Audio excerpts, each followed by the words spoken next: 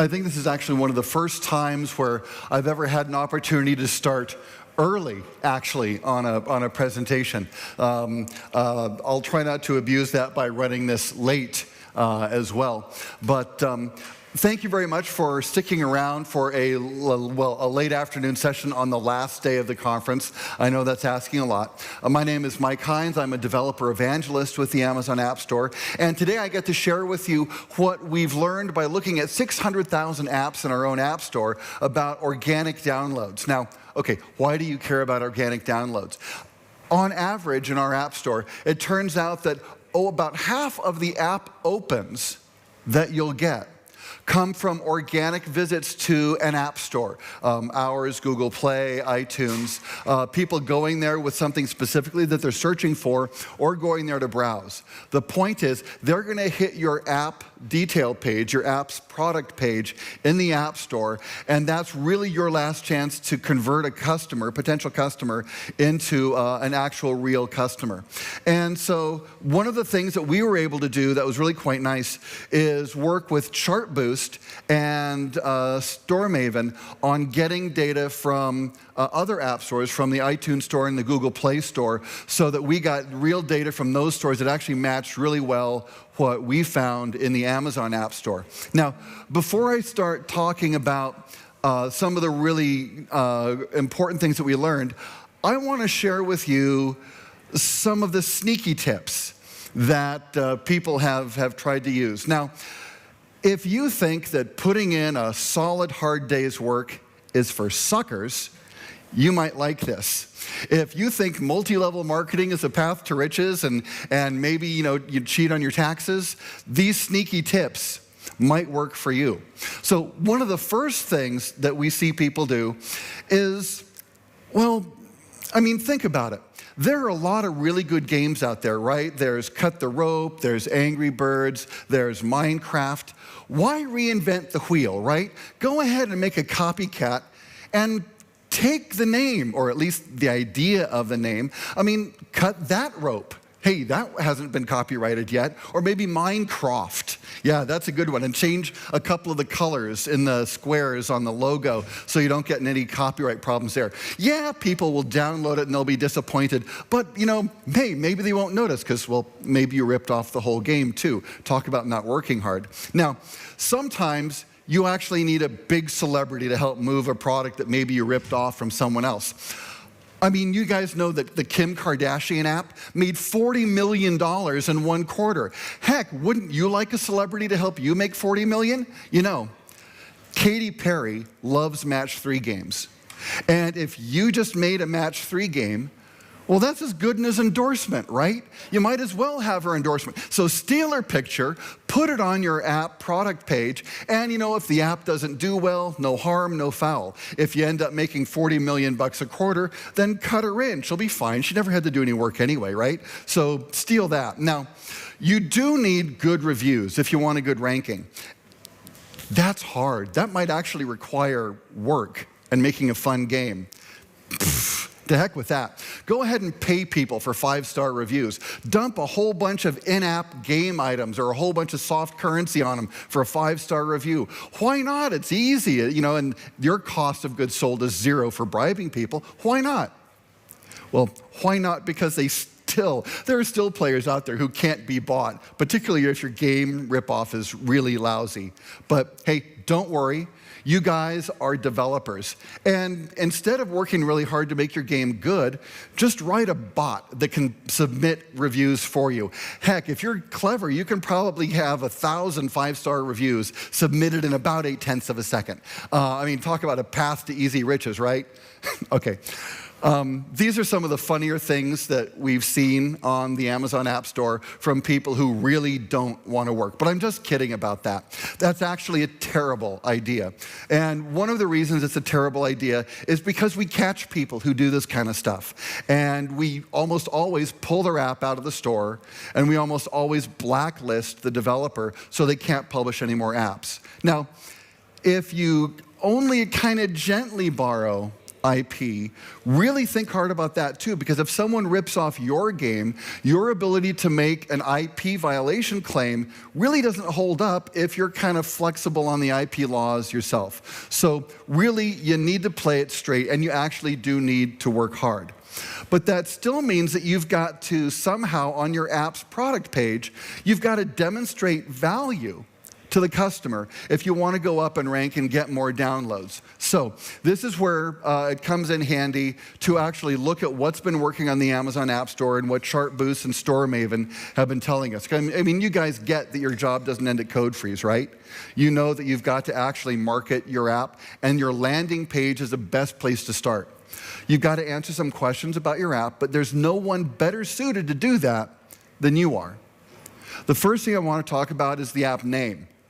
The app name makes a big difference. According to Chartboost and Store Maven, it can make a 22% increase in conversions. Okay, that's a pretty big increase. It's worth getting the right name. Why is that? Because your app name is going to be indexed, and those indexes are going to be probably put on the top of just about every app store's indexing routine. So making sure that you've got keywords in there that actually address and talk to your target audience is important. Don't know who your target audience is? Time to build a marketing plan so that you know who you want to attract with the right title. On the left here, I've got examples of a couple games that I made. Famous quotes. I have a bunch of famous quotes from politicians and quotes from famous politicians. Founding fathers quotes. It turns out that about 80% of the quotes that I had came from America's founding fathers. So I used exactly the same binary and took 80% of the same quotes and made the app below. More about that later. The second thing I want to talk about is the icon that you use. Okay, this is sort of an audience participation thing. I'm going to show you 8 icons, and I want you to decide in your head, not out loud, which ones are made by really serious AAA companies and which ones are made by kind of garage band developers. Are you guys ready? All right, here we go. Ready for the answers? Here's the answer. Yeah, it doesn't matter. Actually, it doesn't matter which ones are from the top developers or not, because this is exactly what your customers are going to do to you. You've got about half a second, maybe 3/4 of a second, for them to look at your app and your title name and decide whether or not that belongs on their device. So, again, it's probably not hard for you to see which one my app is up there on the top row. Did that art all by myself. And yeah, it looks like a garage band, right? Take a look at the one below it. Okay, that looks like maybe a phishing attempt. Someone wants you to go and enter all of your private information in that one, right? Okay, actually that one's a real Fortune 500 financial institution. So not only can the right icon make your little shop look maybe, AAA or big, the wrong icon can also make your big AAA shop look kind of like a garage band. So don't miss on that one, guys, because missing on that means you might be missing an 8 to 17% boost in conversion. Again, on the left, you see the thing that I created on my own. Clearly, I'm not an artist, but I am smart enough to learn from the research that we've done. And as soon as we did this research, the first thing I did was I went out and I hired a designer to create the element below. And I used the treatment on the element for the font I use as well. So let me show what happens when you actually put these recommendations into practice. I have 2 voice apps that I launched through Alexa voice services. And the first one that has all of the quotes, and it's actually called Freedom Quotes. It's a blue line on the bottom. The second app is Founding Fathers Quotes. And you can see when I launched Founding Fathers Quotes, I'm getting a little bit less than 50 unique users a day. My other one is getting a little bit less than that, so not a lot.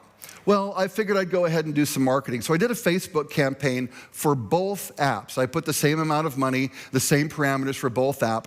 The one with a better name, Founding Fathers Quotes, actually did substantially better during my short Facebook campaign. And when it was over, I went back down to just about a little over 50 average daily users.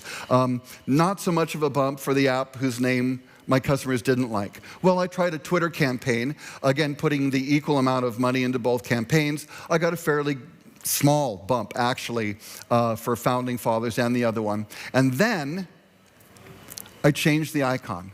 That's the only thing I changed. Remember, 80% of the quotes are the same. The binaries are identical. The only thing I changed was the icon.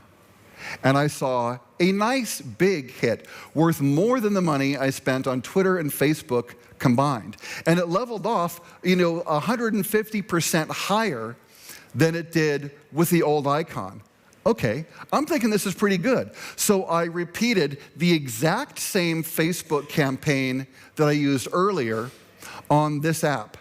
And it's been doing great. And I'm sitting above 500, 800 unique users per day now on this thing. And again, the only difference between that and the blue line that's still stuck at the bottom was the name and the icon.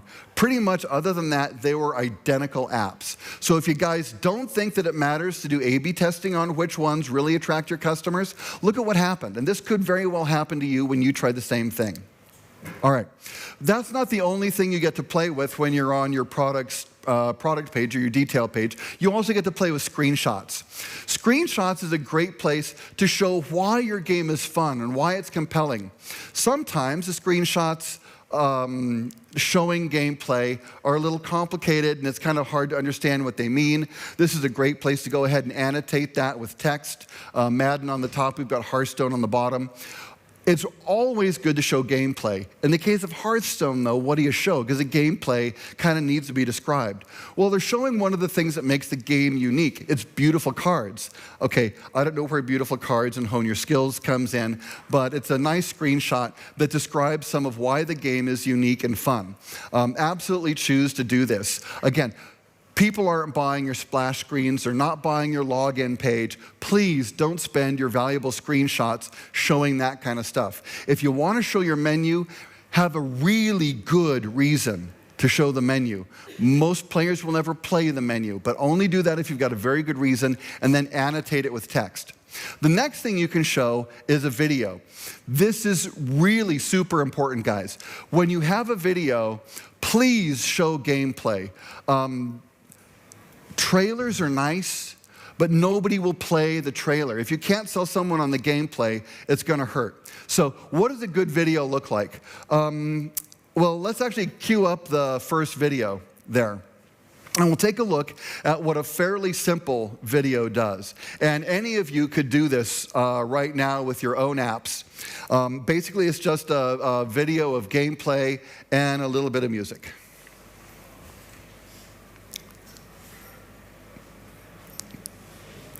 And we're dragging the window over. Here we go.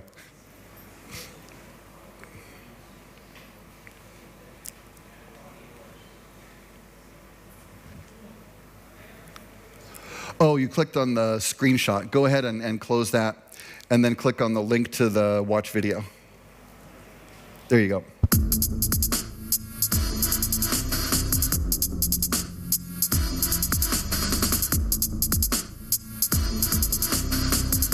Okay, go ahead and close that and launch the next one. So anyone in this room can do that with their app. And if you do that, you'll find a 19 to 35% lift in conversions on your App Store page. Looking at the second video that comes up, this is probably one of my favorites because they're showing gameplay, but they're also annotating the video with some text to give you context, and they actually show you some amazing things that the game does that makes it unique from all the other dungeon crawlers that are out there.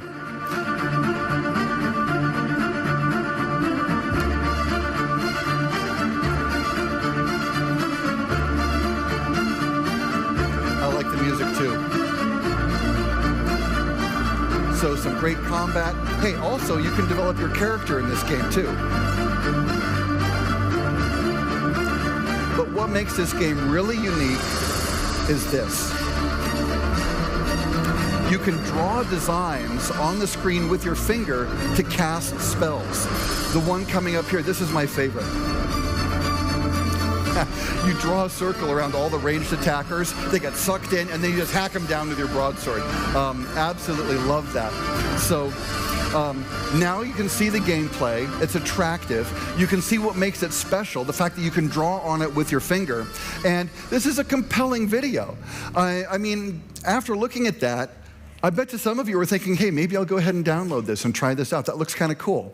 And this didn't take a whole lot more work than just recording what you were doing on your screen when you were playing the game. Third video. This is what a AAA studio produces with not only annotation, but with a professional voiceover as well. All the way in Madden NFL Mobile. Stack it with NFL stars and legends. Reach for victory. Make your championship run with authentic NFL gameplay. So those are the three kinds of videos. Obviously, getting a professional voice talent to do this means scripting and doing a bunch of other stuff. That's a little harder and a little more expensive to do. But the difference between 2 and 3, as far as customer conversions, isn't that much. But certainly between 1 and 2, you'll get a 22% lift by actually optimizing that video to look more like 2 than 1. But even if you don't do 2, make sure you do 1, because you're going to get a 19 to 35% lift for doing that. I was going to show you some bad videos, but can you believe it? No one actually gave me permission to show their video as bad. So I got nothing for you on that one. But really, customers don't care where you went to school or how much you deserve it, or they don't want to watch your trailer. They want to watch gameplay. Give them gameplay. Okay. One of the other important things that you can do is actually the product description. I know everyone here thinks nobody reads it, but the problem is if someone's on the fence, they actually will read it. And having a good product description will do 11 to 23% additional conversion in your game. This is not the place to put in an endless stream of keywords to hope you improve your positioning in app searches. That's the wrong thing to do here. Packing it with keywords at the expense of flow is horrible. I mean, you got to think of this as your app's dating profile. And would you want to date someone that's actually trying to shill and game the keywords game? Or do you want it to be fun, lighthearted, and expressing what's new and fun about your game? Think about that. Leverage your catalog. If you have a bunch of apps in your catalog, use consistent branding between them all. It'll help all of your apps. Make sure that your apps cross-market to each other in the store. And if you're going to launch a new Bubble Blaster, hey, just take this opportunity to say you liked Bubble Blaster 1, come download Bubble Blaster 2. You'll love it. So, that was a lot of data to dump on you in a short time, but really, icon, make sure a AAA firm could have done it. If you have doubts, hire a designer. Name, target your target audience. If you don't know your target audience, get a marketing plan put together. Screenshots, show action. Videos, show action, and show what makes your game unique and it separates it from all the rest of the games. Description, would you take your app out? Well, you're asking your customers to take it home. Sell people with your game description. Guys, if you want to kind of continue this conversation or have any questions, I'm afraid I haven't left any time for questions. If you have any questions, please go ahead and let me know on Twitter. I'd be happy to answer any questions you have there. Guys, thank you very much.